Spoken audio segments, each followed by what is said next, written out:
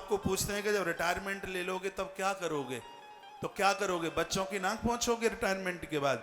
नहीं, रिटायरमेंट के बाद आपको समाज के लिए कुछ करना है, अभावग्रस्त लोगों के लिए कुछ करना है। व्यक्ति कभी बूढ़ा नहीं होता। प्रदेश की धरती पर एक ऐसा आदमी हुआ 82 वर्ष में जिसने अपना कारोबार शुरू किया और 93 वर्ष की उम्र में इस दुनिया में उद्योगपतियों में उसका 7वां नंबर था। व्यक्ति का उत्साह होना चाहिए, अपने उत्साह को कभी कमजोर मत होने दीजिएगा। मन को मजबूत, ये कथाएं क्या है, हम मंदिर में जाते हैं क्या है, इससे मन मजबूत होता है। और मैं निवेदन करना चाहूंगा, जो शरीर से टूट गए हैं और मन उनका तंदुरुस्त है, भैया वो विजय हासिल कर लेंगे। और शरीर कितना भी हट्टा कट्टा है, लेकिन जिनका मन कमजोर हो गया है, समझ लेना कि उनकी पराजय हो चुकी है। मन के हारे हार है, मन के जीते जीत। मन से हार गए तो गए काम से, और मन मजबूत है, आपको दुनिया में कोई भी परास्त नहीं कर सकता, कोई भी पराजित नहीं कर सकता। तो अपने मन को मजबूत करने के लिए सत्संग की खुराक, नेक काम, सेवाएं, घर में वृद्ध हैं, वृद्धों का ख्याल रखो, उनके लिए पानी की मटकी रख दो, उनके नाश्ते का ध्यान रखो। सिर्फ फूल चढ़ाने से ही कल्याण नहीं हो जाएगा।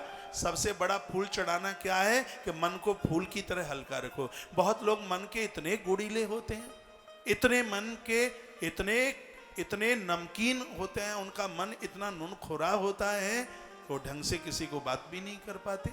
अपने मन को पावन कीजिए, फूल की तरह मन को हल्का कीजिए, अंदर कोई छल कपट ना रहे।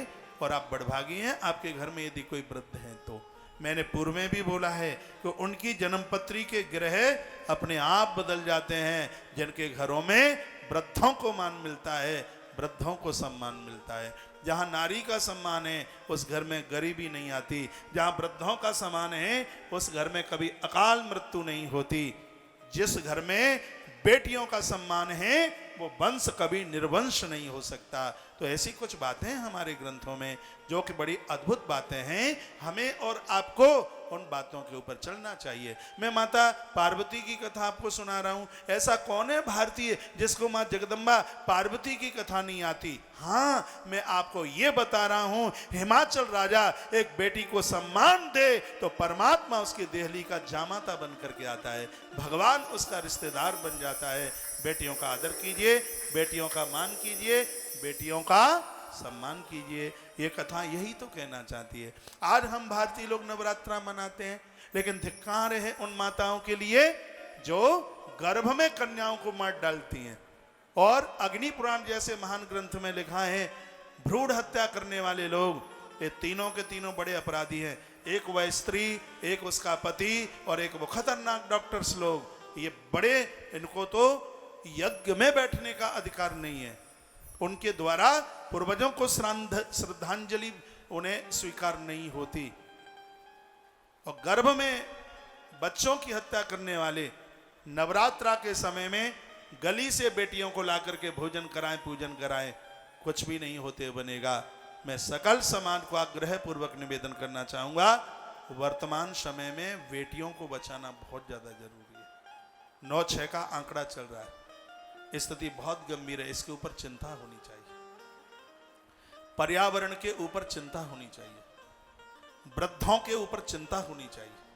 समाज से जुड़े हुए लोग, मैं बहुत आग्रह पूर्वक निवेदन करता हूं, आज बूढ़े अकेलेपन का एहसास कर रहे हैं। बच्चों ने उन्हें निष्कासित कर दिया है, छोड़ दिया है, बेचारे अकेलेपन का एहसास कर रहे हैं। जो अपना पूरा जीवन बच्चों के नाम कर देते हैं, वृद्धा अवस्था में उन्हें कोई संभालने वाला नहीं होता। अच्छी बहन बनिए, अच्छे भाई बनिए, वृद्धों का ख्याल रखिए, शाकाहारी बनिए, कुआं खोद करके पानी पीने वाले बनिए, किसी की संपदा से करोड़पति मत बनना। हम राम और कृष्ण के पुजारी हैं। कृष्ण वह है जो ना वृंदावन रहता, नंद बाबा की संपदा पर। और कल रात्रि को धर्मवाणी में मैं बोल रहा था, कृष्ण के प्रति हमारी उतनी श्रद्धा नहीं होती यदि वो नंद बाबा की दौलत के मालिक बन गए होते, नाना जी की संपत्ति के मालिक बन गए होते। कृष्ण हमें इसलिए बढ़िया लगते हैं क्योंकि उन्होंने सागर के ऊपर, टापू के ऊपर श्री द्वारका का निर्माण किया है। हमने उस कृष्ण से निष्काम कर्म योग सीखा।